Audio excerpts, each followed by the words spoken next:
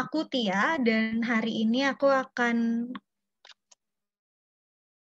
belajar bareng sama kalian.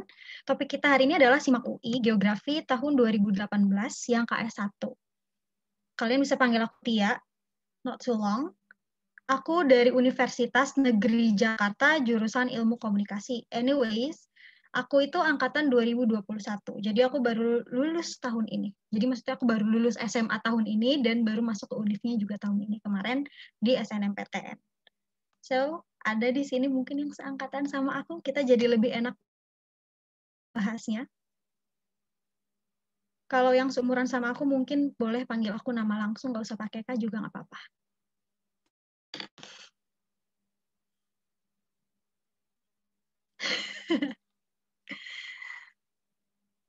Wow, jangan tante dong, Bang Jack jahat banget. Ternyata banyak ya teman-teman yang seangkatan sama aku di sini.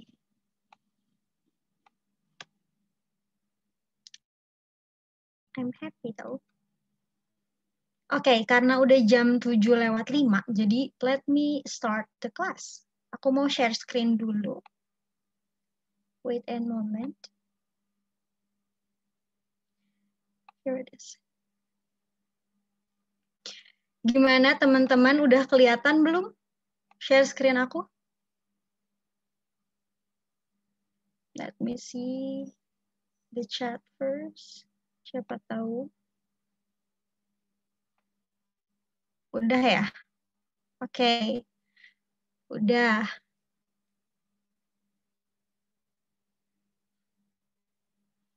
Alright.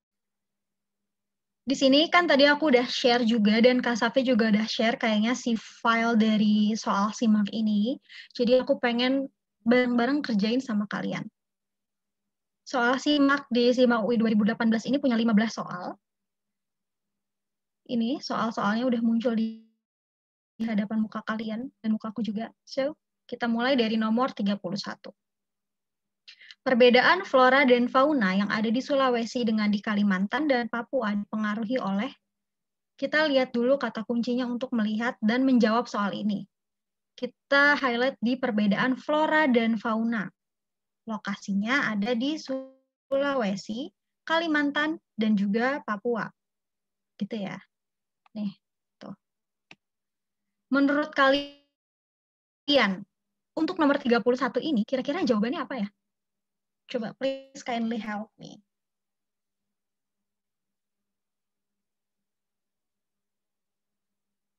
Let me see, ternyata udah banyak banget yang C. Wow. Pada jawab C. Oke deh. C, ada lagi yang mau jawab, mungkin ada yang jawabannya beda. Biar seru. Cialah. A, Fatia Arifa. Cinta, wah, kayaknya murid privat Alfaiz nih. Iya, C itu cinta. Oke deh. Ada lagi yang ingin menjawab? Kalau nggak ada lagi, biar aku jelasin. Gitu ya. Seperti ini. Kita lihat dulu kata kunci. Di sini soalnya menyebutkan perbedaan flora dan fauna yang ada di Sulawesi dengan di Kalimantan dan Papua. Seperti itu. Lalu, kita bisa analisis. Pertama, keberadaan garis Weber dan garis Wallace. Keberadaan garis Weber dan juga garis Wallace ini mengindikasikan perbedaan fauna saja, di mana fauna di Indonesia dibagi menjadi 3. Yang pertama ada fauna tipe Asiatis, yang kedua ada tipe peralihan, dan yang terakhir ada tipe Australis. Tiap-tiap dari perpindahan atau peralihan antara dari tipe Asiatis ke peralihan, nah itu dipisahkan oleh 2 buah garis imaginer yang dinamakan garis Wallace dan garis Weber. Itu hanya untuk fauna saja. Maka jawaban A dan jawaban B salah ya. Alasannya karena ini hanya mempengaruhi keberadaan fauna, bukan flora. Seperti itu. Lalu yang D dan E deh. D dan E nih kita lihat ya. Ada kondisi paparan Sunda, di mana pada zaman dahulu kala, atau biasa kita bilang berjuta-juta tahun yang lalu, 3 pulau besar di Indonesia yang terdiri dari Pulau Sumatera, Jawa, dan juga Kalimantan itu disatukan dalam satu dangkalan yang bernama Dangkalan Sunda. Ingat tadi pulaunya adalah Jawa, Sumatera, dan Kalimantan. Kalau di sini ditanyain adalah Sulawesi dengan di Kalimantan dan Papua. Kondisi paparan Sunda ini hanya mempengaruhi perbedaan flora di Pulau Kalimantan, karena dulu Pulau Kalimantan menjadi bagian dari paparan Sunda. Sedangkan yang E, kondisi paparan Sahul hanya mempengaruhi perbedaan flora dan fauna di Papua. Sedangkan di Sulawesi sendiri, dia tidak tergabung dengan dataran Sunda dan juga dataran Sahul. Maka jawaban yang paling tepat dari soal nomor 31 ini adalah C ya, teman-teman. Nah, di sini ada yang mau ditanyakan? Kalau ada yang mau nanya, silahkan. I'm waiting for your cue. Sorry, boleh diulang yang A sama B. Yang A sama B. Boleh banget nih, aku ulangin ya. Gini, jadi fauna di Indonesia itu dibedakan menjadi 3 tipe. Yang pertama, ada tipe asiatis. Yang kedua, ada tipe peralihan. Dan yang ketiga, ada tipe australis. Gitu ya. Pelan-pelan, Kak. Oke, aku pelan-pelan ya, aku pelan-pelan. Iya nih, aku ulang dari awal ya, aku ulang dari awal. Dari A dan dari B. Jadi Indonesia itu memiliki 3 jenis fauna yang berbeda-beda. Yang pertama itu ada fauna tipe asiatis, lalu ada fauna tipe peralihan, dan fauna tipe australis. Kita analisis dulu dari tipe asiatis. Tipe asiatis ini adalah tipe yang ada di Asia. Gitu. Biasanya di Indonesia sendiri tersebar di Pulau Kalimantan, Pulau Jawa, Pulau Sumatera, dan sebagian Sunda kecil. Mereka memiliki ciri-ciri fauna yang sama. Alasannya karena berjuta-juta tahun yang lalu, sebelum zaman es, mereka terdapat di satu dangkalan yang sama, yang dinamakan Dangkalan Sunda. Seperti itu. Lalu, tipe peralihan. Tipe peralihan di Indonesia ini terdiri dari Pulau Sulawesi dan Nusa Tenggara. Sulawesi sendiri, pada sebelum zaman es ini, dia tidak tergabung dengan dangkalan manapun, baik dangkalan Sunda maupun dangkalan Sahul. Seperti itu ya. Sampai sini, semoga kalian bisa memahami. Nah, maka dari itu, hewan-hewan yang berada di Pulau Sulawesi dinamakan hewan endemik Indonesia atau hewan asli Indonesia. Karena kalau misalnya nih, dari Asia gitu ya, dari tipe Asia, dia itu tidak cuma ada di Indonesia saja, dia ada di Thailand, dia ada di negara-negara bagian yang dulunya ada satu dangkalan dengan Indonesia. Seperti itu. Di-share di YouTube semua bahasannya. Selanjutnya, tadi udah sampai ke tipe peran, sekarang kita loncat ke tipe australis. Di Indonesia sendiri, tipe australis ini ada di Pulau Papua dan pulau-pulau sekitarnya. Jadi berjuta-juta tahun yang lalu, Pulau Papua itu tergabung dengan benua Australia. Sebelum akhirnya mereka berpisah, dan juga terjadi namanya gerak konvergen. Jadi dia saling menjauh antara satu sama lain. Seperti itu. Nah, ciri-cirinya adalah kalau hewan dia itu memiliki bulu-bulu yang indah kalau misalnya burung. Contohnya burung cendrawasih, burung katua, ada burung kiwi, hewan-hewan yang memiliki kantung. Contohnya marsupilami, setelah itu ada kanguru. Nah, itu dia. Peralihan-peralihan atau perbedaan-perbedaan antara setiap tipe fauna Indonesia dipisahkan oleh 2 garis jiner yang dinamakan garis Weber dan juga garis Wallace. Yang ditanyakan di soal adalah perbedaan flora dan fauna. Nah, keberadaan garis Weber dan juga garis Wallace ini tidak mempengaruhi perbedaan flora, tetapi hanya mempengaruhi perbedaan fauna saja. Seperti itu ya. Sampai sini ada yang mau ditanyakan yang bagiannya? Iya, maksudnya bergabung itu nempel nih. Aku kasih tahu ke teman-teman gimana dulu bentukannya. Nih, sebentar ya.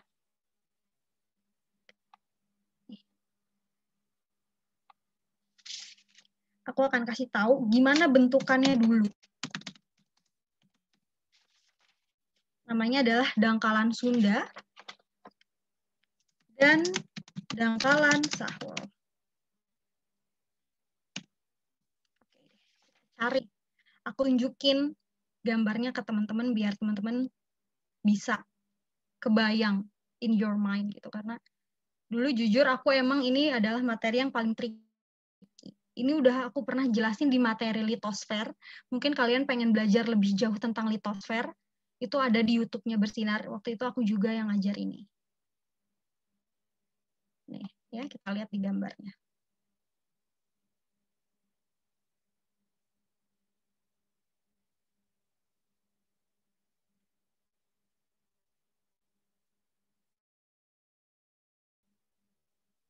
Wait a moment ya guys. Sudah muncul.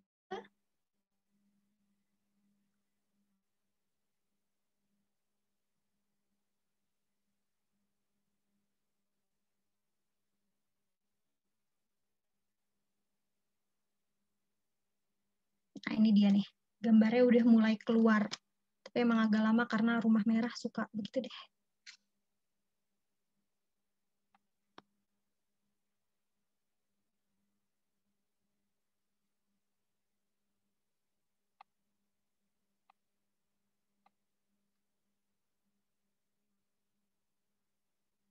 Nah, ini dia nih. Ini gambarnya. Set, yang ini aku pilih satu.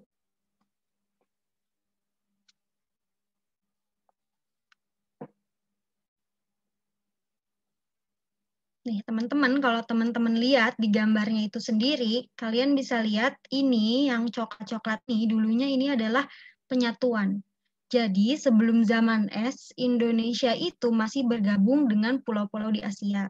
Tetapi setelah zaman es, dataran-dataran rendah yang ada di sekitaran pulau kita itu turun.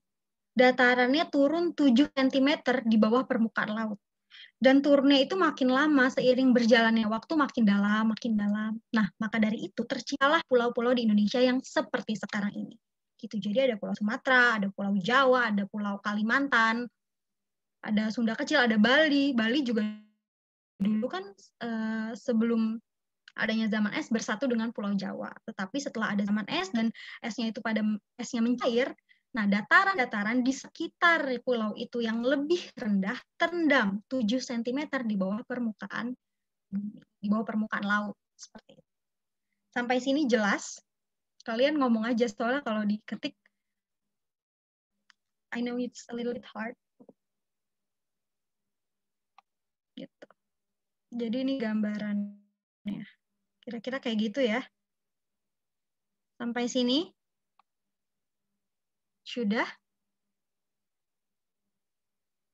Oke. Kita lanjutkan. Tadi yang D dan E.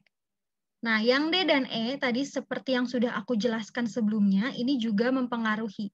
Dulu, dataran atau paparan Sunda ini terdiri dari Pulau Sumatera, Jawa, dan juga Kalimantan sebelum zaman es berakhir. Setelah es di dunia ini mencair, dataran yang menyatukan ketiga pulau tersebut terendam. Seperti itu. Nah, paparan Sunda ini hanya terdiri dari Pulau Kalimantan, Sumatera, dan Jawa. Sedangkan di sini dia bilang adalah Sulawesi, Kalimantan, dan Papua. Gitu. Kalau paparan Sahul itu yang menyatukan Pulau Papua dan juga benua Australia. Gitu. Sebelum akhirnya mereka terpisah juga. Jadi, yang paparan Sahul ini kurang tepat karena yang ditanyakan adalah Sulawesi, Kalimantan, dan Papua. Gitu. Jadi jawaban yang paling tepat adalah C, kondisi geologi purba atau kondisi batuan purba. Di mana pada masa lalu itu semua benua yang ada di dunia ini bersatu sampai akhirnya mereka sedikit demi sedikit bergerak, terpisah karena lempeng bumi itu dia terus bergerak. Gitu. Sampai sini paham kenapa jawabannya itu C atau masih ada yang sedikit bingung? Aku bisa bantu jelasin ke teman-teman mungkin.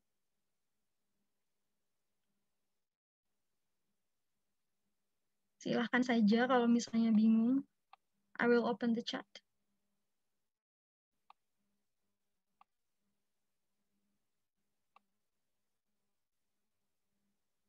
Alright. Kalau misalnya nggak ada yang bingung, aku boleh lanjut nggak ke nomor selanjutnya? Apakah nih dari Marke? Kayaknya ini Mark ya. Oke, sebentar aku jawab satu-satu dulu. Kak, apakah garis Wallace dan garis Weber itu adalah garis yang memisahkan? Jawabannya adalah garis Wallace dan juga garis Weber ini sebenarnya adalah garis imajiner. Jadi dia itu bukan seperti garis gitu. Masih imajiner yang memisahkan. Setelah ini berpindah ke sini, di sini tuh di tengah-tengahnya itu seakan-akan ada batas. Contohnya adalah batas negara. Batas negara di peta itu kan bentuknya garis. Nah, garis yang menjadi batas negara itu sebenarnya adalah garis imajiner saja. Karena pada kenampakan sebenarnya nggak ada tuh garis di bagian situ. Contohnya adalah perbatasan Indonesia dengan Malaysia kan bentuknya nggak garis gitu kan, tapi pokoknya ini batas kita gitu. Sama garis Wallace dan garis Weber juga seperti itu. Wow, sebentar. Banyak banget nih yang bertanya sepertinya.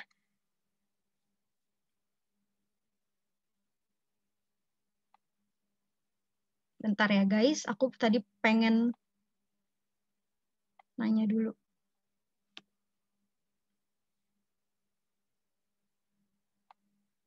Oke nih.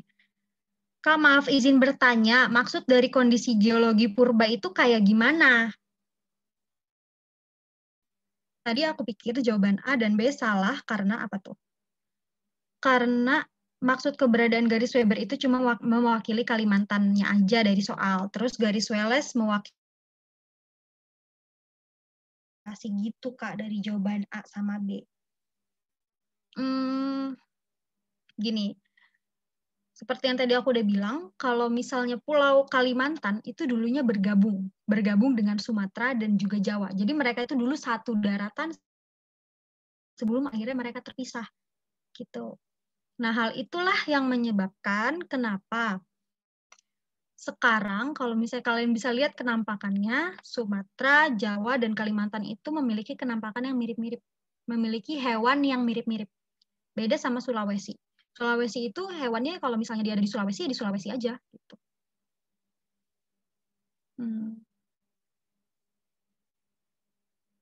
Jadi sudah terklarifikasi ya. Kalau paparan Sahul itu Papua pulaunya. Teman-teman, suara aku lancar nggak sih? Please. Bilang ya kalau misalnya ada ngelek-ngelek dikit suaranya. Kalau videonya ngelek nggak apa-apa. Yang penting suara aku lancar. Supaya kalian bisa dengerin apa yang aku bicarain. Oke. Kita lanjut ke nomor 32. Nih, nomor 32. Nih, kerusakan terumbu karang di Indonesia yang menjadi pusat segitiga terumbu karang dunia, terutama terjadi di, aku kasih clue lagi, gimana cara jawab yang ini. Pertama, kalian analisis dulu nih. Waduh, oke. Bisa nih. Teman-teman analisa dulu, yang menjadi pusat permasalahannya adalah kerusakan terumbu karang di Indonesia. Lalu dari pilihannya ini kalian bisa lihat nih. Kalian ini tuh nomor 32 menurut aku paling gampang karena kalian teman-teman bisa langsung lihat aja nih. Mana kira-kira yang paling tercemar perairannya di antara 5 pilihan ini. Menurut teman-teman jawabannya yang mana? Aku lihat dulu. Jawabannya teman-teman.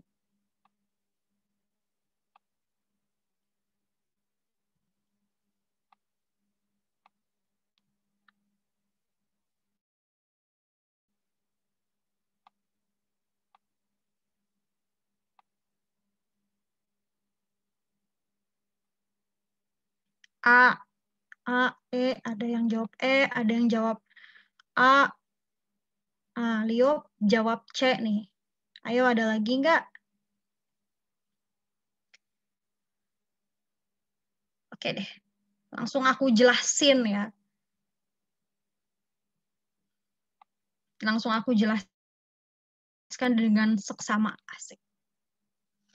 Kerusakan terumbu karang di Indonesia yang menjadi pusat segitiga terumbu karang dunia terutama terjadi di, jawaban yang paling tepat teman-teman, kalian lihat aja perairan Indonesia manakah yang paling tercemar. Nah, itulah yang menyebabkan terumbu karang itu tercemar juga. Jawabannya adalah yang C nih. Perairan Teluk Jakarta.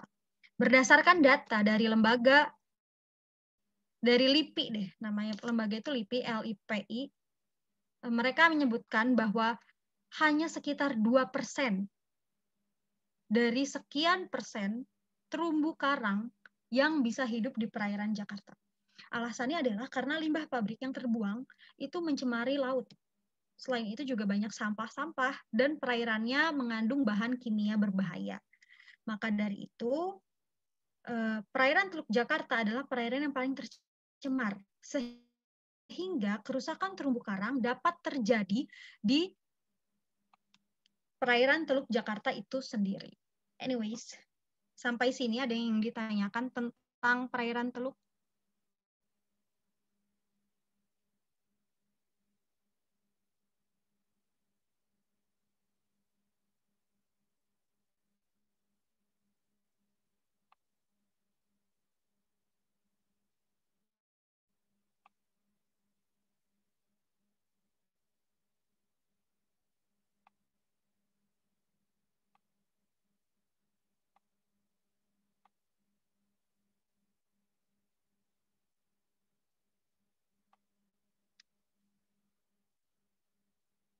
Gitu.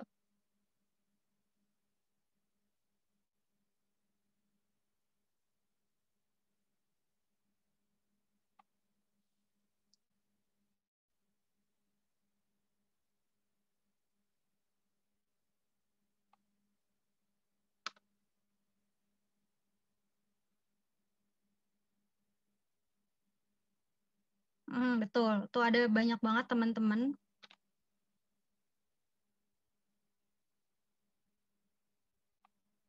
Jadi kalian bisa lihat ini hanya dari yang kayak ini tuh tercemar, ini tuh paling tercemar, dan ini tuh paling nggak bisa diselamatkan. Jadi paling susah untuk menyelamatkan.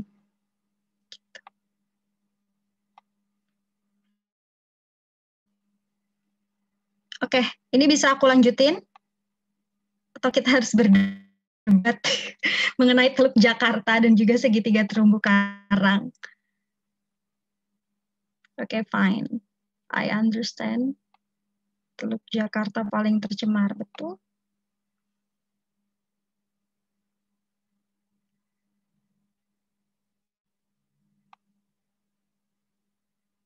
Hmm.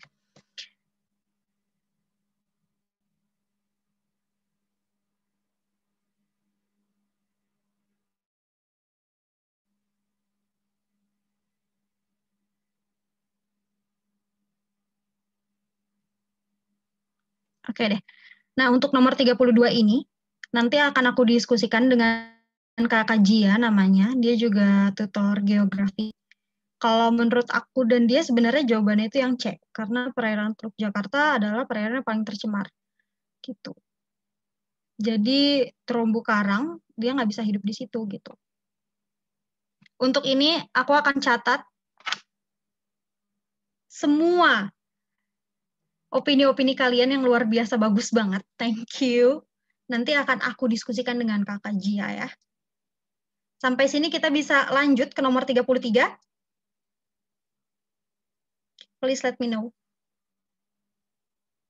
Sama-sama. Lanjut ya. Kita bisa lanjutkan. Peta skala, nomor peta skala. Kenapa, ada yang mau bicara?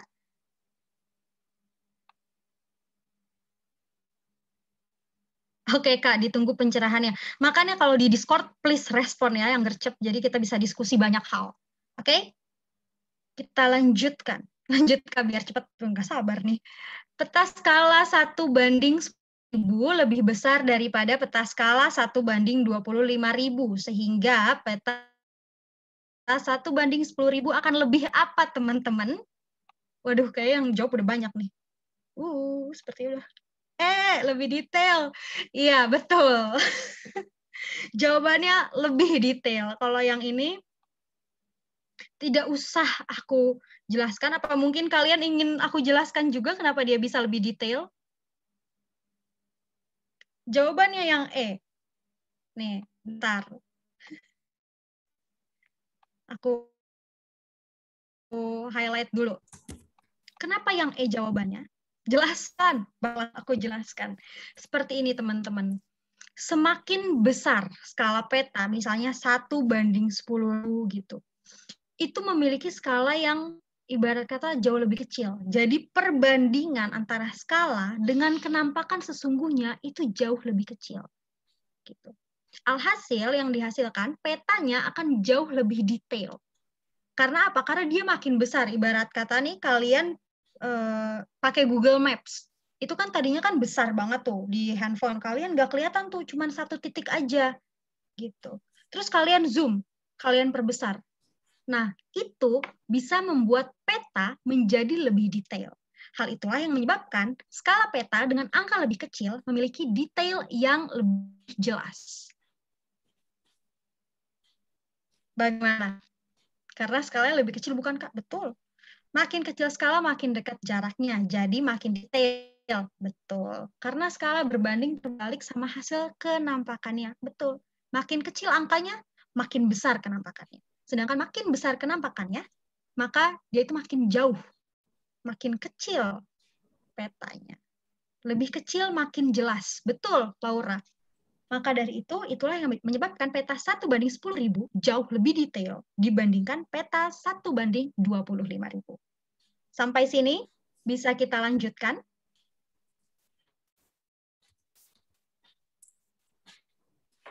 Atau masih ada pertanyaan tentang skala ini? Lanjut. Oke, kita lanjutkan. Ya, aku senang kalian sangat excited. Oke.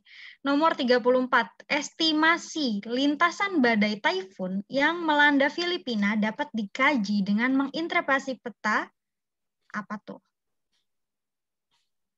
QuickBird multitemporal.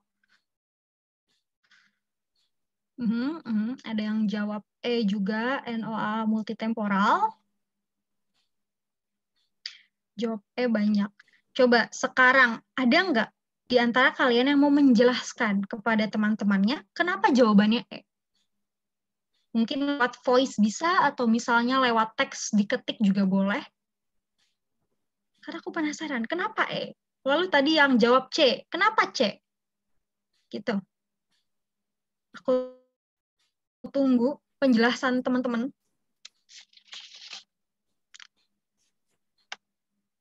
NOAA itu buat cuaca ya. Oke, aku jelasin dulu ya. Jadi seperti ini teman-teman. Satelit NOAA atau National Oceanic and Atmospheric Administration adalah satelit meteorologi milik Amerika Serikat yang ketiga. Seperti namanya, National Oceanic and Atmospheric NOAA bergerak di bidang yang menyangkut tentang keadaan fisik lautan atau samudra dan atmosfer. Seperti itu. Itu NOAA. Kalau misalnya, kenapa jawabannya multitemporal? Kenapa nggak yang B? Kenapa nggak multispektral? Kenapa lintasan badai itu kaitannya dengan multitemporal? Apa sih multitemporal itu? Coba. Aku pengen penjelasannya teman-teman nih. Aku penasaran, kenapa bisa E? Kenapa nggak B?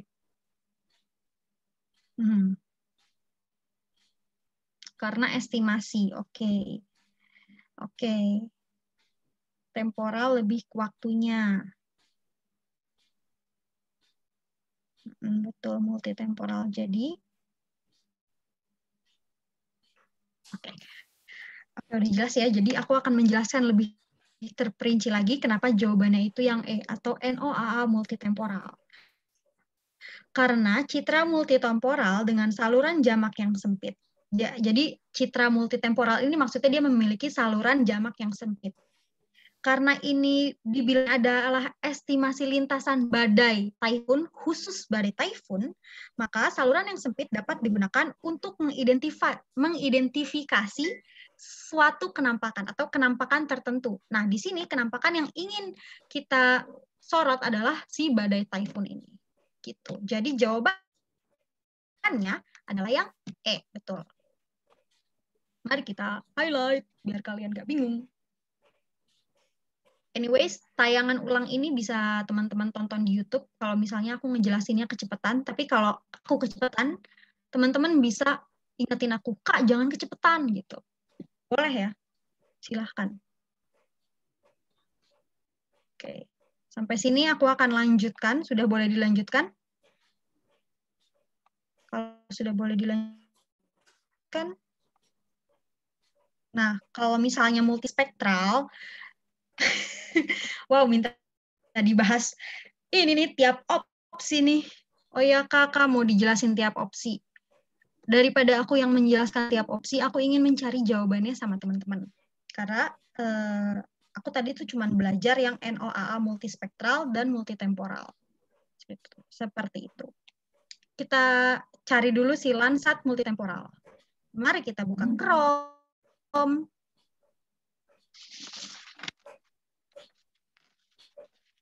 Teman-teman harus harap bersabar.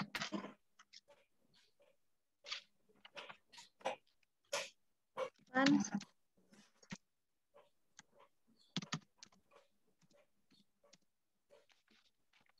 Oh, ada yang mengetik sesuatu sepertinya.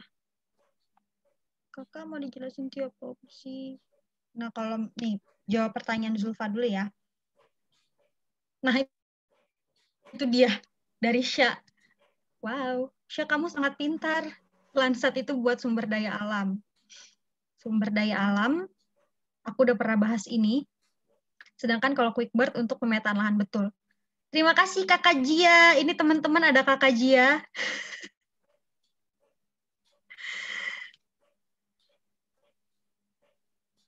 Oke deh. Berarti tiap opsinya sudah jelas ya? Boleh aku lanjutkan? Jika boleh, aku akan lanjutkan. Jika tidak, aku akan menjelaskannya kembali. Hai, Nimbrung ya. Boleh, Jia. Terima kasih sudah membantu aku ya. Jelas. Ada lagi yang ingin ditanyakan? Ayo, ayo, ayo. Wow. Oke, Kak. Jelas. Lanjut. Ih, pada semangat. Aku senang. Oke, kita lanjutkan aja. Faktor yang menentukan perbedaan kualitas air sungai di bagian hulu dan bagian hilir. Nah, ini dia nih. Seperti biasa, aku akan mengajak kalian menjawab bersama-sama.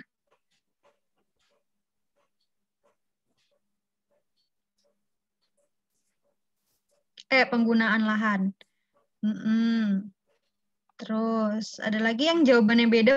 Mungkin jawabannya ada yang A gitu, atau yang B mungkin.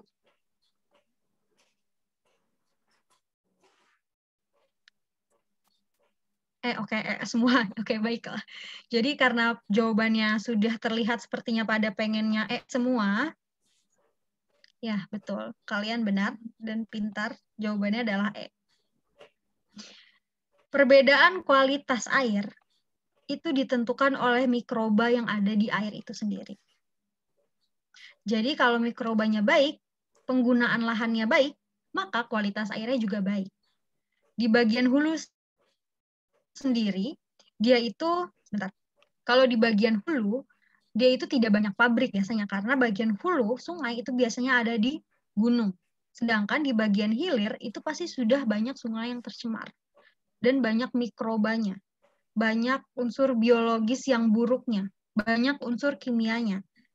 Nah, itulah yang menyebabkan perbedaan kualitas air di bagian hulu dan juga bagian hilir sungai. Seperti itu ya. Sudah jelas sampai sini? Atau ada yang mau ditanyakan? Iya, yang ditanya perbedaan kualitasnya. Kualitas air disebabkan oleh mikroba dan juga kimia-kimia gitu deh, unsur-unsur kimia yang ada di airnya itu. Seperti itu. Baik, kalau sudah jelas, mari kita lanjutkan ke yang nomor 36 nih. Nah, ini nih. Pada tahun 2012, jumlah penduduk Kota Sambas sebanyak 493.407 jiwa dan yang berusia kurang dari 40 tahun sebanyak 360.821 jiwa. Kondisi tersebut mengindikasikan piramida penduduk yang seperti apa, teman-teman?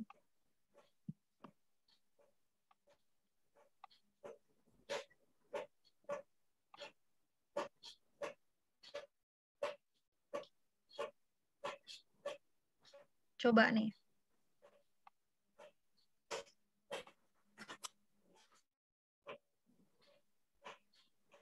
A, ekspansif, Kak. Katanya muda, oke. A, oke, betul. Jawaban yang benar, aku akan coba highlight. Does anyone in here turn on their microphone? Please turn it off, because I'm speaking. Oke, yang A, betul.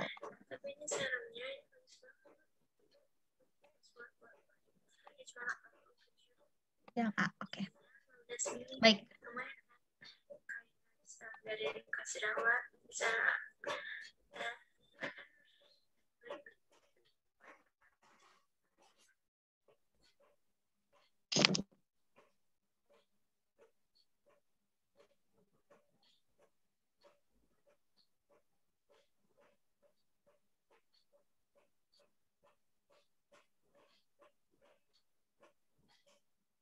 Oke, karena usia muda lebih banyak. Cara ngitungnya gini. Nih, kalian highlight dulu, teman-teman highlight dulu. Kota Sambas itu penduduknya 493.000. Tapi yang berusia di bawah 40 tahun itu ada 360.000. 360 ribuan. Nah, coba kalian sekarang kurangin aja nih, 493.000 dikurang 360.000. Pasti penduduk yang berusia di atas 40 tahun jumlahnya lebih sedikit daripada penduduk yang usianya di bawah 40 tahun atau usia produktif. Nah, hal itu kalau misalnya kalian gambar, itu bentuknya seperti piramida. Piramida yang segitiga gitu. Nah, itu namanya segitiga ekspansif. Jadi jawabannya yang A ya. Sampai sini sudah paham ya? Kalau konstruktif itu kebalikan dari segitiga. Jadi bentuknya kayak kon es krim. Sedangkan kalau stasioner itu seimbang. Kalau regresif dia berkurang, kalau dinamis ya dia begitu terus.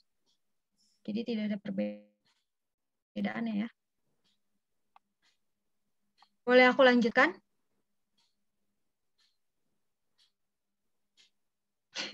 Stasioner itu adalah yang seimbang. Jadi penduduk usia tua dan penduduk usia muda itu memiliki jumlah yang hampir mirip.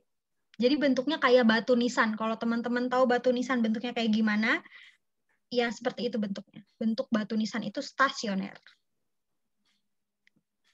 Sama-sama, Lio. Nomor 37.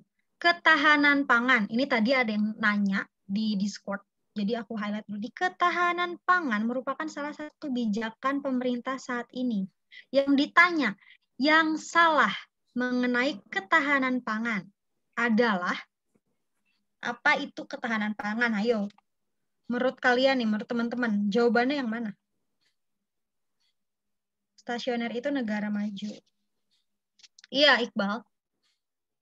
Stasioner itu biasanya negara-negara maju, yang orangnya tinggal kerja doang. Yang B, Kak. Betul nggak ya? Betul nggak ya? Kak, kata Meryl. Ya, aku mau kasih tahu kebiasaan aku sekarang nih bikin alis. Jadi aku pakai dua brand ini. Yang pertama yang si Benefit aku pakai buat bikin kayak alisnya gitu. Nah, untuk pewarnanya aku pakai teman-teman tolong dimute karena aku mau lanjut ngejelasin. Makasih, oke. Udah, nggak apa-apa teman-teman. Kita lanjutin aja pembahasannya, oke? Ada yang jawab D. Ada yang jawab tadi B. Ada yang jawab E juga ya. Kelentingan itu sebenarnya adalah, sebentar, ada yang mau bertanya lagi sepertinya. Ada lagi yang mau nanya. Kata Leo, E. Coba, kenapa E? Coba Leo jelasin ke aku kenapa E jawabannya.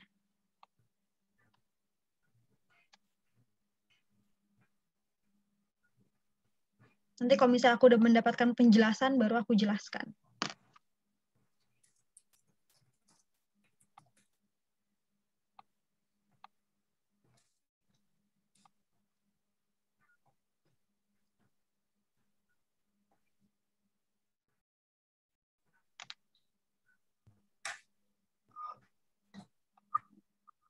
Oke.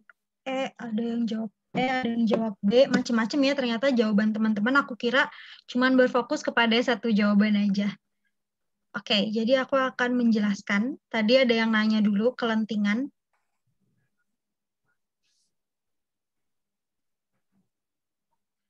Kelentingan itu sendiri adalah kemampuan sebenarnya. Bentar, aku taruh lighting biar muka aku kelihatan. Jadi kelentingan itu adalah sebenarnya kemampuan. Kemampuan. Jadi ibarat kata ini tuh kita ganti aja kata kelentingannya sama kemampuan, bahwa ketahanan pangan merupakan ukuran kemampuan terhadap gangguan pada masa depan. Ketahanan pangan merupakan ukuran kemampuan terhadap gangguan masa kini. Jawaban yang benar adalah yang yang B, sorry. Yang B.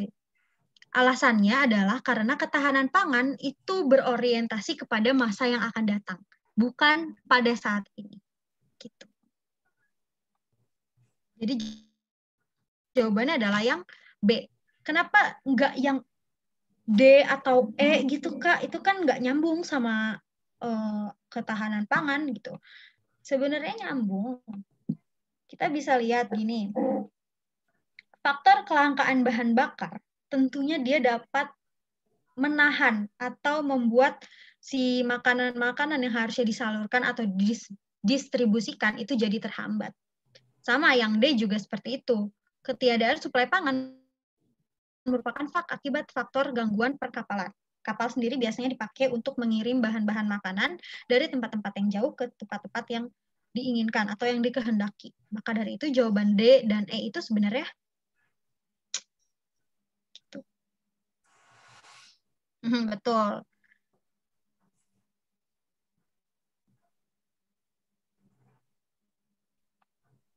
Nah, betul nih dari kata Nia. Ketahanan pangan itu fokus sama cadangan persediaan pangan untuk memenuhi kebutuhan di masa depan. Jadi Indonesia ini contoh nyata nih. Indonesia ini mampu nggak ya? Dia tidak membiarkan warganya kelaparan mungkin selama 50 tahun ke depan. Apakah makanan yang kita miliki atau sumber makanan yang kita punya itu tuh tahan nggak sampai berpuluh-puluh tahun ke depan gitu. Intinya sesuatu yang berorientasi kepada masa depan. Seperti itu. Jawaban yang salah itu yang B. Gitu. Karena ketahanan pangan itu orientasinya kepada masa depan, bukan masa kini. Gitu, guys. Gimana? Paham? Kalau paham, aku lanjutkan.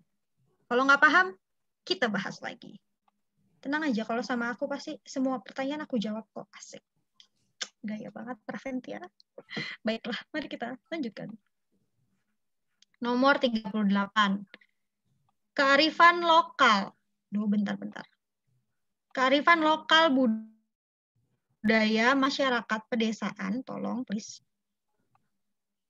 Yang dapat mengandung nilai pelestarian lingkungan adalah yang mana tuh menurut teman-teman? Coba bantuin aku jawab nih. Kelentingan itu kemampuan ya, Kay? Kak, kenapa enggak yang E? Karena menurutku yang E dari kelangkaan itu hanya agak terhambat gitu. Terhambat itu adalah sesuatu hal yang sebenarnya sangat fatal. Kita nggak tahu terhambat dari sebuah kapal itu akan berapa lama. Seperti yang kemarin ada tuh yang masuk ke, sabar guys, sabar. Ya, jawabannya sabar guys. Oke. Untuk yang nomor berapa tadi? 37 ya? 37. Kenapa? Gitu. Jawabannya adalah terhambat atau terlambat. Itu adalah sesuatu yang sangat fatal untuk bahan-bahan atau untuk keperluan yang major. Gitu. Atau keperluan yang benar-benar kayak kita nih butuh banget, ini nggak bisa diganti lagi. Nah, itu adalah sesuatu yang fatal kalau sampai itu terhambat. Seperti itu. Oke. Ini aku highlight dulu ya. Yang mana sebenarnya? Kearifan lokal dalam budaya masyarakat perdesaan mengandung nilai pelestarian lingkungan. Coba aku mau tanya, kenapa jawabannya Kenapa nggak yang lain gitu, misalnya A sampai D gitu kan, banyak jawaban. Kenapa seperti itu? Oke. Kenapa religius termasuk? Ada lagi pertanyaan lain?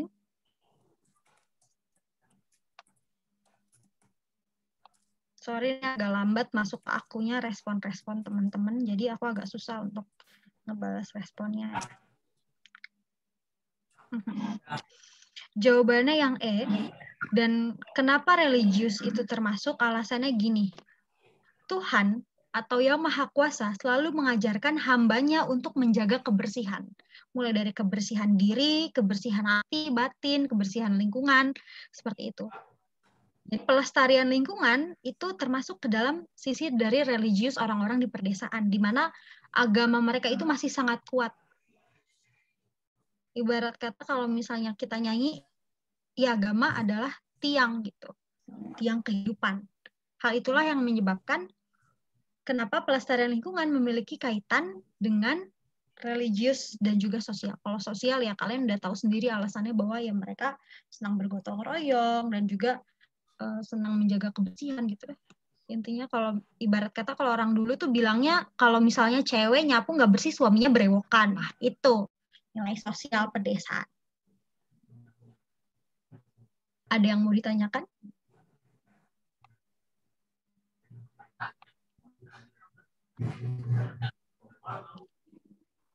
Tolong mikrofon matiin. Nah, itu betul tuh. Kalau berewokan kayak Zayn Malik gak apa-apa sih. Iya. Sama, saya juga mau dapat yang kayak Zayn Malik. Betul, Nial. Kalau yang ekonomi salah itu kenapa? Karena ekonomi nggak ada kaitannya sama pelestarian lingkungan. Dan juga di desa itu orang-orang biasanya ekonominya minor.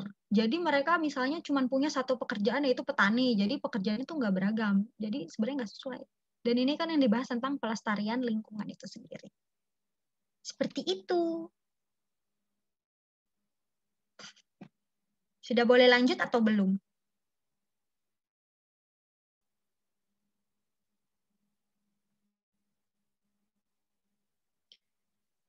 Ganteng ya si Meryl, maunya ganteng-ganteng aja nih. Baik. Oke, aku lanjutkan. Interaksi antar kota di Jepang dengan di Indonesia dan Thailand tercermin dari relokasi industri. Apa tuh? Bantuin aku jawab. Aku nggak mau tahu. Kenapa aku kayak sewenang-wenang sama kalian? Maaf guys. Tapi bantuin aku please.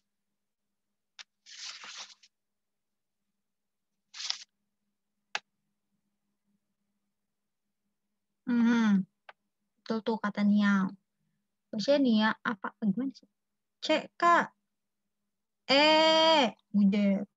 Banyak ya Bunda yang jawab. 39 C. Oke, fine. Understand. C. Kalau yang nomor 39 menurut aku si Leo cinta mulu. Ya nggak apa-apa. Benar sih. C jawabannya. Alasannya karena oke, boleh nanti mau kasih pendapat ya nomor 32 tadi. Setelah selesai pembahasan. Iya, nanti di grup Discord ya. Enggak, Kak.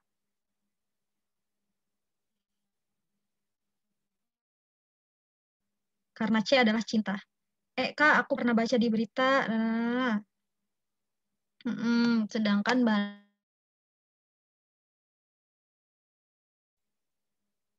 bentar nih, aku bacain soalnya ya. Interaksi antar kota di Jepang dan tercermin dari relokasi industri.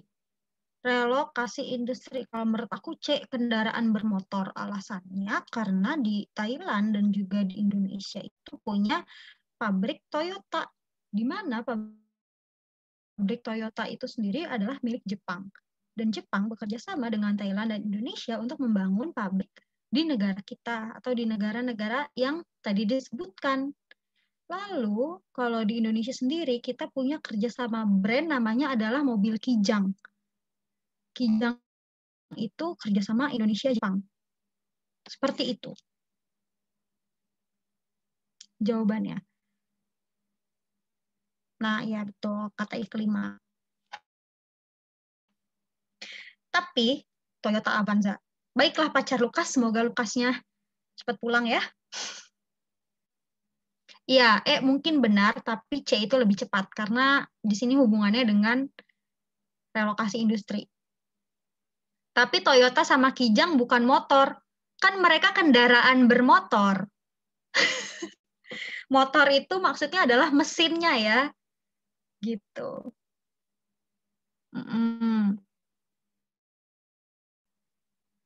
Iya betul Zulfa, gak harus motor. Kok pada jago geo sih? Gini pacar Lukas, karena geo itu adalah pelajaran IPS yang paling gampang. Kalau susah, ada aku. Cialah, psikopat. Jahat banget, nggak boleh gitu. Oke, baik. Geo enak kalau bukan materi SIG. Geo paling gampang guys, percayalah. Kenapa kalian ngeluh Geo nih? Mohon maaf. Oke, jadi nanti, jadi sebenarnya yang itu benar, cuman kalau misalnya disimak sendiri, dia itu dipilih yang paling tepat. Gitu. Kok susah akuntansi? Bener Febri, kita temanannya mulai dari sekarang. Kok emang susah? Betul. Baik, boleh dilanjutkan nggak teman-teman ke nomor 40-nya? Aku anak SMK, kata Fatia. Nggak apa-apa, tenang aja. Mau anak SMK, mau anak apa juga, pasti bisa kalau mau. Baiklah. Oh ya, ini belum di-highlight dulu, sabar guys. Ini udah aku highlight belum tadi? Kendaraan bermotor, ini yang religius dan sosial. Seperti itu. Baiklah, mari kita lanjutkan. Nomor 40. Kawasan Brika Tanjung Perak di Surabaya merupakan lokasi penyimpanan barang impor dan ekspor. Sebab pembangunan kawasan berikat bertujuan untuk mengolah bahan mentah impor dan ekspor menjadi bahan jadi. Nah, menurut kalian nomor 40 ini jawabannya apa, guys? Nih ya, aku kasih tahu nih clue-nya adalah kawasan berikat. Penyimpanan barang impor dan ekspor. Oke deh, sampai sini. Pembangunan kawasan berikat tujuannya bertujuan untuk mengolah bahan mentah ekspor menjadi bahan jadi. Oke deh, fine. Sekarang mari kita lihat jawaban teman-teman yang sepertinya sudah sangat banyak. Guys, pokoknya kalau misalnya aku kecepatan, bilang ya, bisa diulang nggak tadi yang kijang-kijang? Katanya A, C, Pembangunan kawasan berikat itu sebuah kawasan, dia itu kawasan.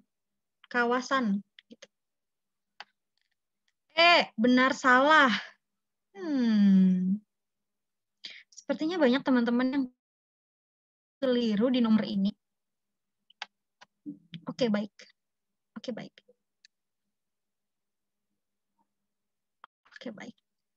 Baiklah, mari kita bahas ini. Teman-teman, jawaban yang benar dari nomor 40, itu sebenarnya adalah pernyataan 1 salah dan pernyataan 2 itu benar.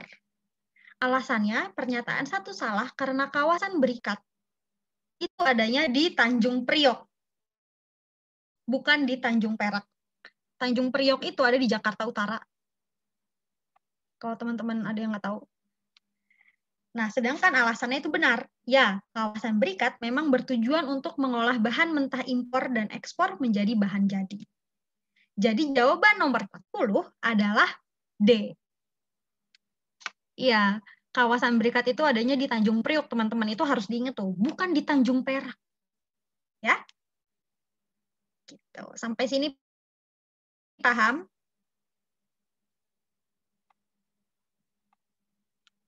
Kalau paham, kita lanjut ke nomor 41.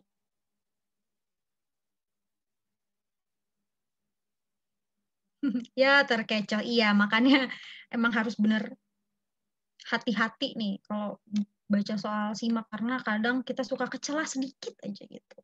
Nggak apa-apa kalau salah.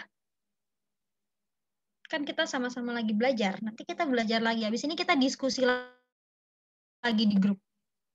Oke, kita lanjut. Nomor 41. Boleh ya, aku lanjutin. Nomor 41, erupsi Gunung Tambora tahun 1815 telah memicu kenaikan suhu udara di muka bumi. Sebab erupsi gunung api menghasilkan debu dan partikel vulkanik ke lapisan atmosfer dan menghalangi cahaya matahari. Nah, apa kira-kira jawaban nomor 41 nih?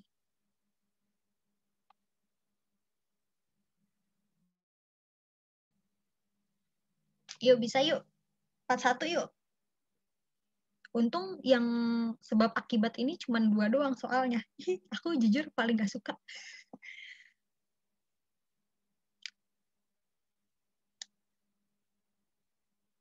Oke, benar salah bukan, Kak? Ada yang jawabnya D. Ini kalian jawab nomor 41 kan?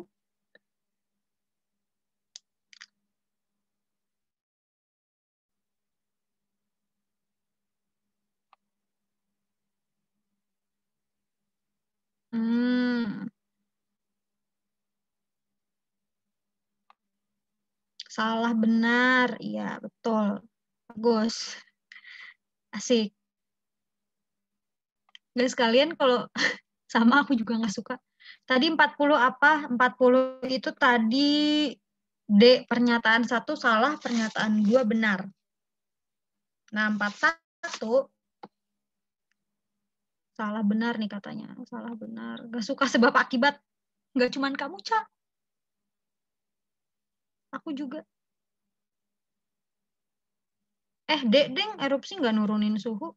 Nggak ngaruhin suhu. Ih, erupsi itu ngaruhin suhu.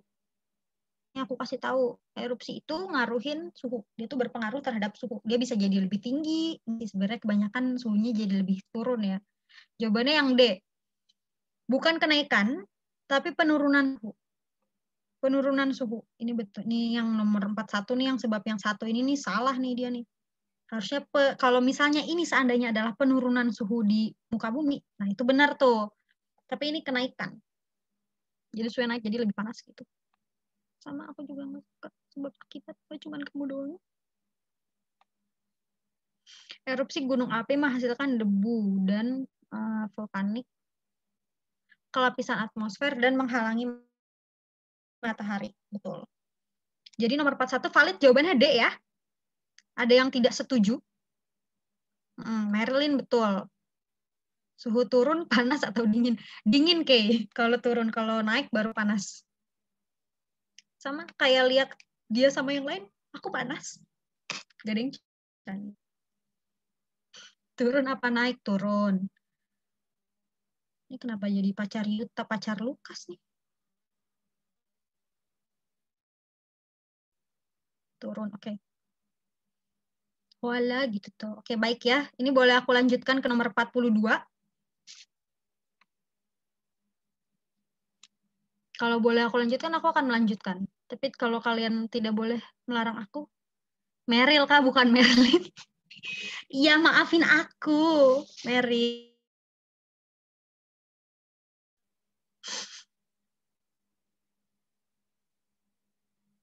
Yaudah, aku lanjutin ya.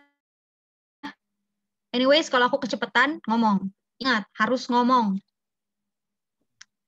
Tapi ada nggak suhunya jadi naik? Ada. Kalau pemanasan global, suhunya jadi naik. Kena efek gas rumah kaca, suhu bumi jadi naik. Nah, suhu bumi yang naik ini menyebabkan es di kutub mencair. Sehingga daratan di dunia akan lebih tenggelam atau kelelep. Kan katanya tuh ada tuh waktu itu aku dengar-dengar nanti di tahun 2030 Jakarta tuh bakal tenggelam gitu karena ada kenaikan suhu global. Seperti itu. Bisa naik kalau ada pemanasan global. 41D kan? Iya, 41D. Debatnya nanti debat sama aku di Discord, tenang aja. Aku udah siap banget nih untuk debat. Iya, gaya banget. Baiklah, mari kita lanjutkan. Tadi nomor 40 D, bukan? Iya, D. 40 itu D ya, jadi yang salah yang satu benar. Aduh, apa lagi nih? Kita lihat chat dulu. Kegiatan mitigasi bencana yang dilakukan setelah sebelum berlangsungnya kegiatan bencana adalah, nah apa tuh? Bantuin. Karena dia bilang mitigasi, bukan pasca. Kalau mitigasi itu pasti sebelum.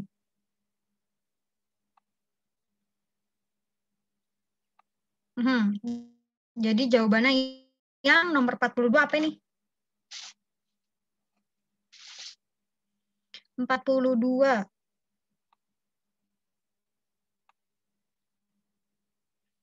Bentar, aku iniin dulu. Kegiatan mitigasi bencana. C, Kak. Buset. C. 2 dan 4 betul. Jawabannya adalah yang C. Nah, alasan kenapa jawabannya yang C, karena kita bisa lihat nih dari pertanyaannya, yang dia tanyain adalah sebelum terjadinya bencana. Gitu. Bentar.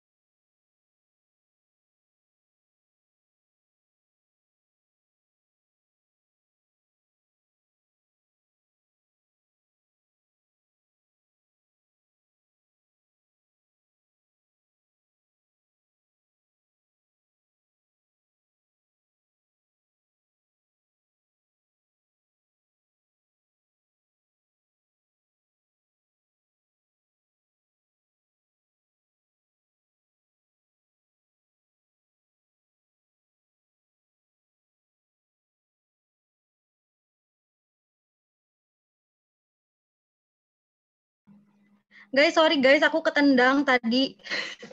sorry. Tadi aku ketendang bentar. Tapi nggak apa-apa. Kita bisa lanjut lagi, oke? Tenang aja. Siapa yang nendang, Kak? Lukas yang nendang, karena dia kakinya panjang, jadi dia suka nendang-nendang gitu. Canda. Misalnya Lukas, tolong aku jangan dibully.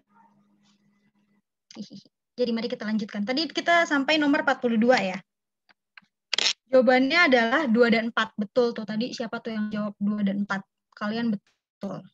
Penilaian kerentanan terhadap bangunan, apakah bangunan tersebut rentan terhadap kejadian bencana seperti gempa bumi dan yang lainnya atau tidak. Lalu yang keempat, yaitu rencana aksi. Jadi kalau misalnya suatu hari nanti atau suatu saat nanti akan terjadi sebuah bencana, kita harus ngapain? Kita harus beraksi seperti apa? Gitu ya. Jadi jawaban yang benar adalah 2 dan 4. Ini kata kuncinya adalah mitigasi bencana yang dilakukan sebelum berlangsungnya bencana. Sumpah ada geledek dong, aku takut. Panik dikit. Gak apa-apa Kak, ghosting. Kak orang Depok ya bukan? Guys, suara aku kedengeran kan guys?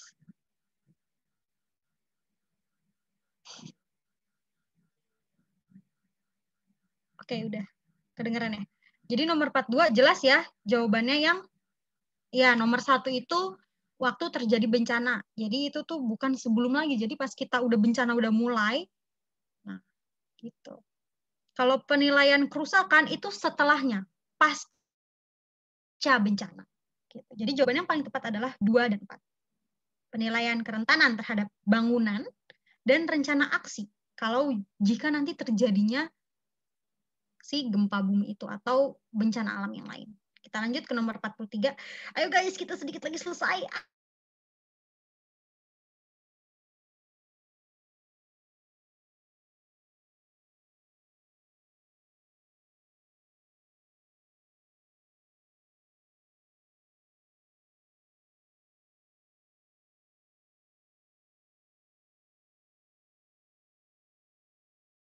Doang, Kak. 4 doang, Kak. Iya.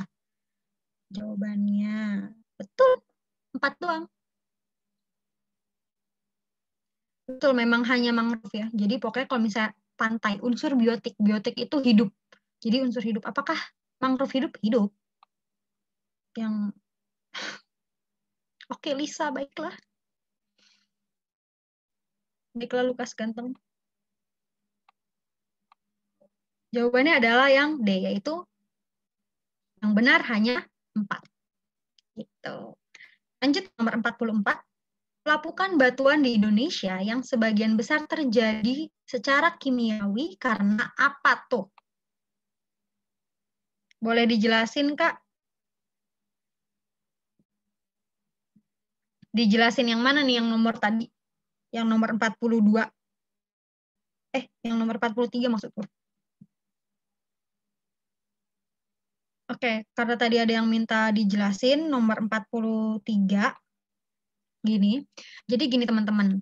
Biasanya di daerah pantai itu sering ditamani tanaman yang namanya itu mangrove, hutan mangrove. Fungsinya adalah untuk menekan ombak. Jadi biasanya, atau ibarat kata menekan erosi lah ya, bukan menekan ombak. Jadi gini, hutan mangrove itu kalau misalnya dia ada berdiri di sini nih, terus ada ombak yang besar datang, itu pasti ternetralisir oleh mangrove. Karena dia ketahan. Nah, biasanya hutan mangrove itu adanya di pantai. Gitu. Dan di sini dia bilang adalah unsur biotik, berarti unsur makhluk hidup. Pohon adalah makhluk hidup. Coba kalian gini deh, pernah nggak kalian lihat tanaman ubi jalar di pesisir pantai? Atau mungkin sawah? Atau mungkin pohon buah merah? Di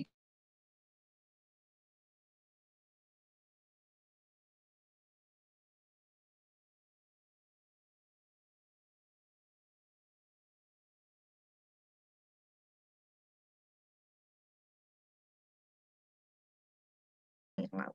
Seperti itu ya. Baik, karena nomor 43 sudah aku jelaskan, kita akan lanjutkan ke nomor 44. Tapi kalau aku kecepatan, stop me and say Kak pelan-pelan. Gitu. Pelapukan batuan di Indonesia sebagian besar terjadi secara kimiawi karena tadi jawabannya banyak tuh yang D. 40 sampai 43 ya. 40 itu D, 41A, bukan, 40D, 41D, 42C, dan 43D.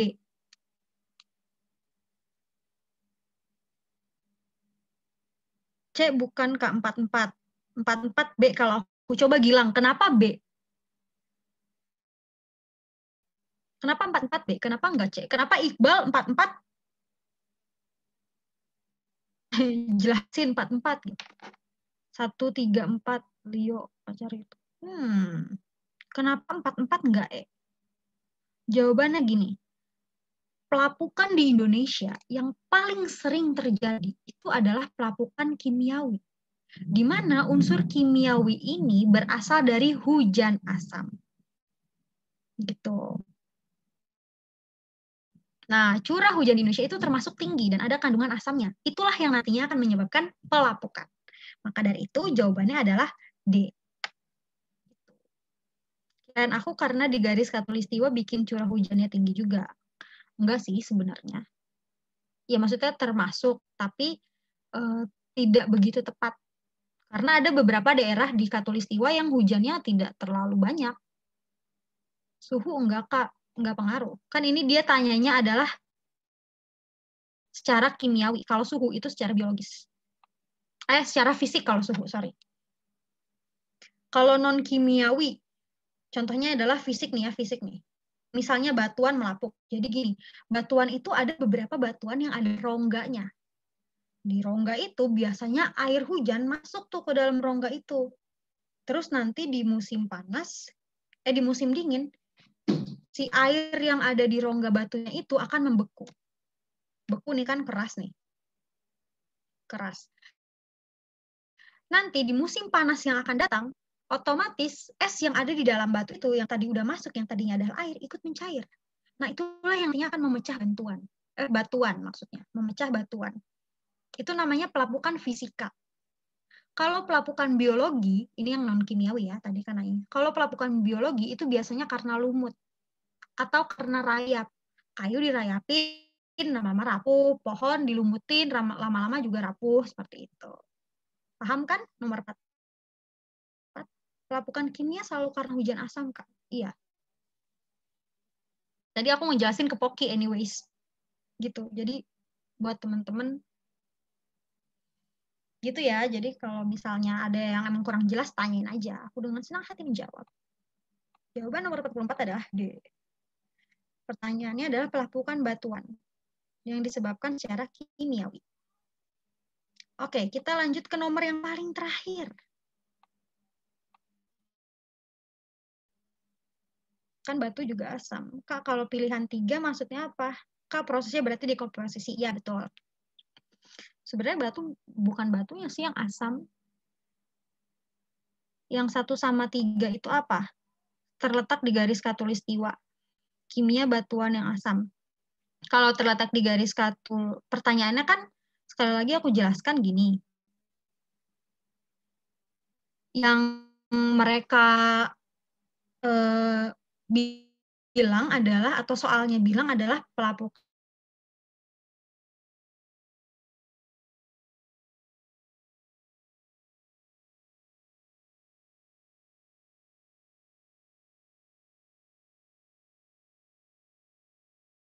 di Indonesia sendiri gitu. Itu berada di daerah lain seperti daerah lintang tinggi. Betul, kimiawi nggak nyambung sama khatulistiwa. Pokoknya setiap daerah yang punya curah hujan yang tinggi, nah itu pasti nanti pengaruh tuh sama si pelapukan kimiawi. Gitu. Sedangkan kalau tadi yang fisika, udah sabar. 45 atau C, Kak, pusing. Ya udah kita lanjut ke nomor 45. Konsep dasar geografi yang diterapkan dalam pembangunan jaringan jalan di daerah dataran dan pegunungan adalah konsep, nah apa tuh? Bukan, Kak. Detail dan ngeco betul. B, D, 45E, 45D. B. Kenapa namanya Eugene Aizon? Enggak sih. K, oke. D. D, valid.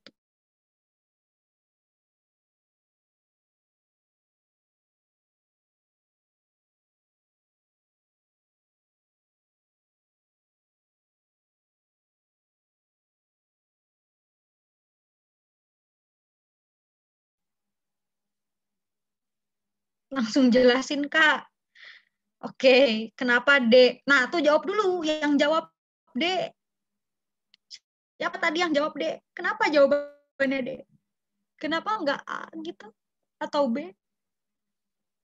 Morfologi bukan berkaitan dengan bentuk muka bumi ya. Iya, morfologi itu berkaitan dengan bentuk muka bumi.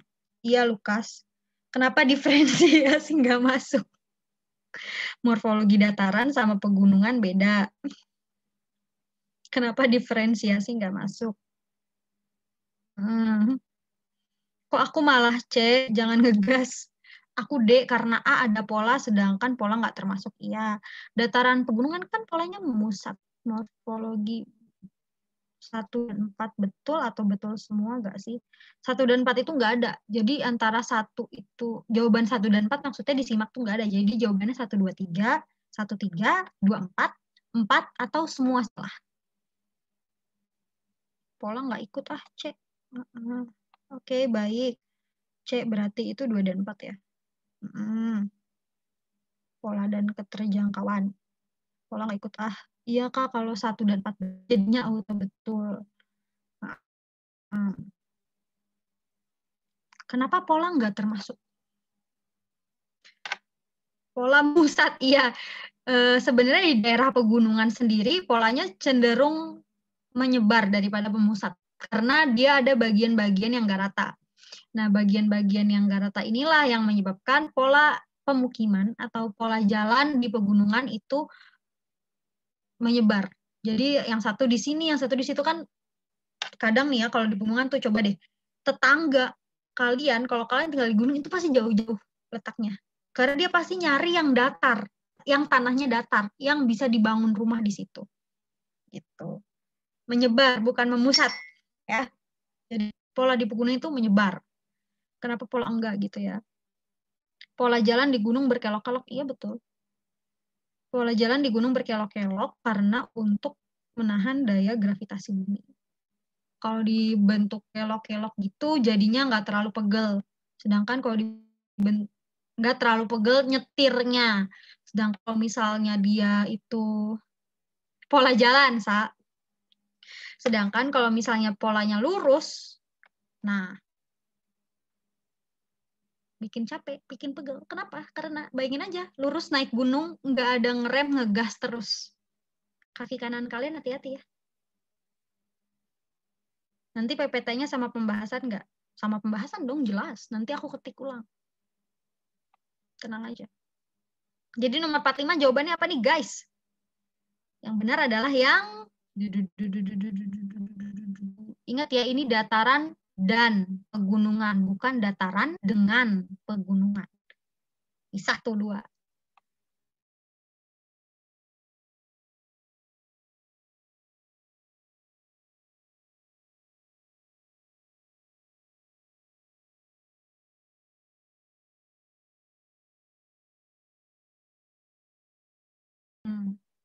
Oke. Sebenarnya udah aja, jadi maunya salah semua gitu. Enakan tahu, ngikutin wangsit. Hari ini aku tutornya bukan wangsit. Yang nggak jawab psikopat. Wangsit suka salah kunjau. Betul, Febri. Kan benar semua. Diferensiasi ruang tuh nggak termasuk. Yang ini salah nih. Nggak, deng, termasuk, salah gue. Kirain gue bener semua. Aku C. Terus Lukas, ayo. Ya, gemes banget dibilang. Sabar guys, aku pengen denger dulu dari teman-teman. Aku anaknya nggak bisa. Aku bukan orang yang mudah percaya. Gaya batu. Jawaban yang benar itu adalah yang B, teman-teman. Ini aku kasih tahu alasannya kenapa ya. Nih, dia bilangnya adalah konsep dasar geografi. Konsep dasar geografi yang diterapkan dalam pembangunan jaringan jalan di daerah dataran dan pegunungan. Ingat, dataran dan pegunungan. Nah, yang pertama adalah pola dan keterjangkauan. Pola jalan di daerah pegunungan itu dia lebih berkelok-kelok, sedangkan di dataran itu dia cenderung lebih lurus, bisa lurus. Terus keterjangkauan. Karena di gunung itu daerahnya susah dilewati, maka dibuatlah pola yang berkelok-kelok. Jadi keterkaitan nih, pola antara dan keterjangkauan ini adalah 2 hal yang berkaitan. Selanjutnya adalah jarak. Nah, jarak ini adalah kenapa bisa jarak? Alasannya karena si jarak inilah yang menentukan bagaimana pembangunan jaringan jalan itu dibentuk. Yang selanjutnya adalah diferensiasi ruang. Seperti pola, kalau di dataran itu dia cenderung lebih datar, sedangkan di pegunungan dia itu cenderung tidak rata. Gitu. Ada yang mau debatin? Jawabannya yang benar adalah yang B. 1 dan 3. Kak, pelan-pelan. Kenapa morfologi itu nggak masuk? Kenapa morfologi nggak masuk? Karena di soal dia bilangnya adalah dataran dan pegunungan. Kalau di soal dia bilang dataran dengan pegunungan, morfologi itu nanti dia akan masuk. Tapi karena di soal bilangnya dataran dan pegunungan, walhasil dia nggak jadi masuk deh ke dalam si konsep dasar geografi yang memiliki hubungan dengan pembangunan jaringan jalan. Gitu. Coba tadi siapa yang minta pelan-pelan, kalian mau dijelasin yang mana nih? Nggak ngerti. Tenang guys. Tadi kenapa morfologi nggak masuk? Gini Lukas. Gini. Di soal dia bilang itu adalah pembangunan jaringan jalan di daerah dataran dan pegunungan. Jadi daerah dataran dan pegunungan ini adalah dua hal yang berbeda dan tidak berkesinambungan.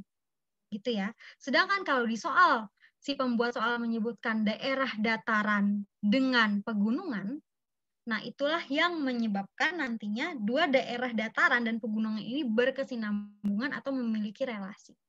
Gitu. Bisa dipahami? Jadi kaitannya dengan relasi antara dataran dan pegunungan.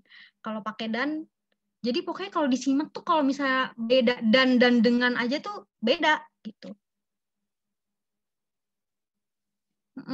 Kalau dan itu masing-masing. Jadi dataran sendiri, terus abis itu si pegunungan sendiri gitu. Gak bisa pahami. Coba kalian gak pahami yang mana nih, yang nomor 45? Wait, nomor 32 yang tadi.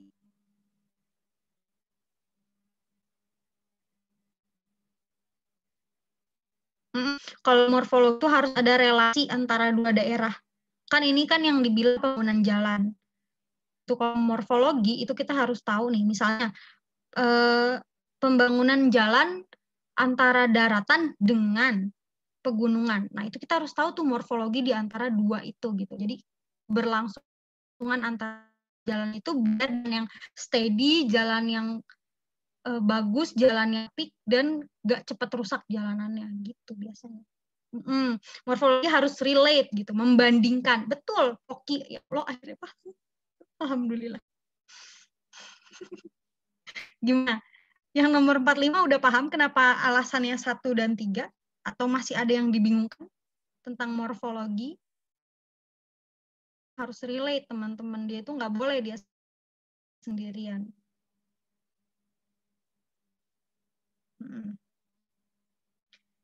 Masih bingung yang morfo? Bentar, aku lihat dulu. Kalian mau ngomelin bikin masing? Diferensiasi keruangan itu gini nih, contohnya gini nih. Diferensiasi keruangan ya. Gini.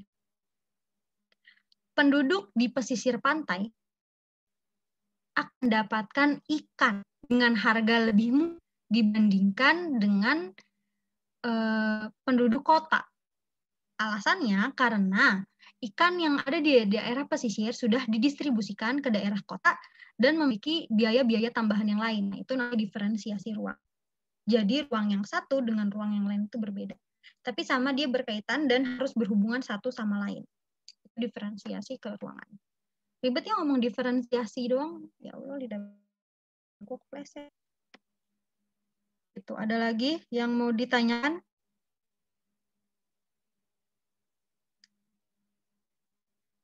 Kalau nggak ada yang mau ditanyakan, yakin. Udah Kak, jelas. Wait, ya nanya yang nomor 32 tadi, kerusakan terparah. Soalnya kan cuma bilang mengalami kerusakan. Nah, segitiga pusat terumbu karang dunia itu kan Raja Ampat. Jadi jawabannya paham banget. Aku kecepatan nggak jelasnya dari tadi? Kalau ada teman-teman yang kayak satu nomor aja nih, kalian atau teman-teman agak kurang karena aku kecepatan, ngomong ke aku ya. Untuk Muhammad Iqbal, kita bahas di Discord ya nanti. Kecepatan kan nomor 41, please. 41 tuh yang mana sih? Oh ini, 41. Gini, oke baik, aku jelasin yang Laura dulu, karena menurut dia masih kecepatan yang nomor 41 gini. Erupsi Gunung Tambora tahun 1815 telah memicu kenaikan suhu udara di permukaan bumi. Jadi suhu itu memiliki dua jenis. Yang pertama dia bisa naik dan dia bisa turun. Kalau misalnya dia naik itu karena pemanasan global. Contohnya karena efek gas rumah kaca. Nah, nantinya si kenaikan suhu ini dapatkan yang namanya pencairan es di kutub. Seperti itu ya. Nah, jadi nomor 1 ini salah karena harusnya penurunan suhu udara di muka bumi bukan kenaikan, teman-teman. Gitu. Lalu sebabnya erupsi gunung api menghasilkan debu dan vulkanik yang melepaskan ke lapisan atmosfer sehingga menghalangi. Nah, erupsi gunung api yang menghasilkan debu dan abu vulkanik ke lapisan atmosfer ini dan dia menghalangi matahari akan menyebabkan penurunan suhu karena matahari jadi susah masuk ke dalam bumi. Jadi susah nembus gitu lah. Laura. Oke. Karena pembahasan udah selesai, udah dari nomor 31 sampai nomor 45 tadi aku lihat partisipan banyaknya ada 92. Terima kasih teman-teman, kalian sudah boleh left dari Zoom ini. Nanti kalau misalnya ada perdebatan, aku langsung lari ke Discord. Gitu. Awas Lukas, hati-hati ya mandinya. So, thank you so much guys. Besok, nggak besok nih, minggu depan ada lagi. Oke, mau nonton Saintek? Boleh. Lukas mandi, jangan nonton Saintek. Makasih ya teman-teman, jangan lupa kasih aku penilaian. Katanya mau foto. Sama-sama semuanya. Halo. Oh iya, foto dulu guys, foto dulu. Sorry, bentar aku stop sharing dulu.